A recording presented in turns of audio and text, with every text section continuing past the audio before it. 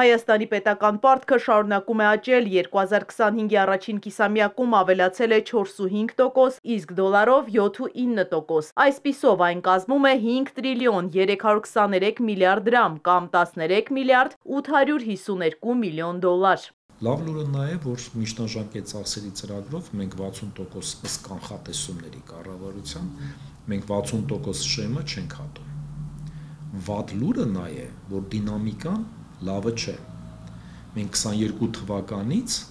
մինչև իրենց կանխատեսածը միջնաժամկետ ծախսերի ծրագրով 28 թվականը անընդհատ պարտքնացուցանիշը վատացնում ենք։ Պարտքի կառավարման իշխանության մոտեցումը բավարար չէ պարտքը կայուն մակարդակի հետ բերելու համար, շարունակում է Արամյանը։ Առաջին ռիսկը տնտեսության կառուցվածքն է, ոչ արտահանելի հատվածն է աճում։ Շինարարությունը, ծառայությունները, առևտուրը։ Հաջորդ ահազանգը վարկերի աճն է։ Վերջին տարիներին ավելացել են 4 տրիլիոնով։ Հեչ լավ ինֆորմացիա մենք չունենք վարկերի ծավալի աճը, որովհետև սպառողական վարկերն են աճում, հիպոթեկային վարկերն են աճում, որը երկարաժամկետ սպառման բան է,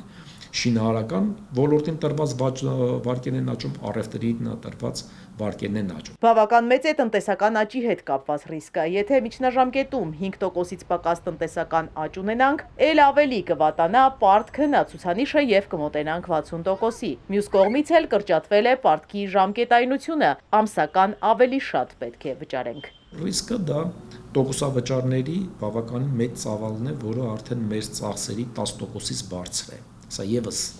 ահազանգող է։ Եվ այս ամբողջը եթե մենք դնենք իրար հետ, ես ռիսկեր ամեն դեպքում տեսնում եմ։ Պատկերն ավելի տխուր է դառնում, երբ պետական պարտքին ավելանում են պայմանական պարտավորվածությունները։ Ֆինանսների նախկին նախարարը հիշեցնում է, բավական շատ են ընդդեմ կառավարության արբիտրաժային գործերը, դրանք նույնպես հարկատուների հաշվին են վճարվելու։ Մենք ունենք Սանիտեկի դատական հայցը, մենք ունենք Քաջարանի գործով, Ամուսարի գործով, մենք ունենք արաբական ինչ-որ ընկերություն դիտված եւ վերջերս նաեւ մենք ունենք հեծի մասով գործով, որ հեծը կարծում եմ շատ մեծ հավանականություն ունի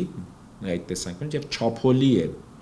այն պարտավորությունը, որտեղ այսօր արդեն հայտարարվել է 500 միլիոն ընդդեմ կառավարությանը Հայաստանի Հանրապետությանը այդպիսի հայց կա ներկայացված։ Այսպիսի գործերը ստվերում են ներդրումային միջավայրը, խոշոր ու միջազգային ներդրողները գրագետ մարդիկ են եւ պոպուլյար հայտարարություններին չեն տրվում։ Երբ որ ներդրողը տեսնում է, բայց մի րոպե, լավ մենեջմենթի, ներդրում անողը, որևիցե խնդիր Հայաստանում չունեցող բավականին լուրջ միջազգային ճանաչում ունեցող Forbes-ի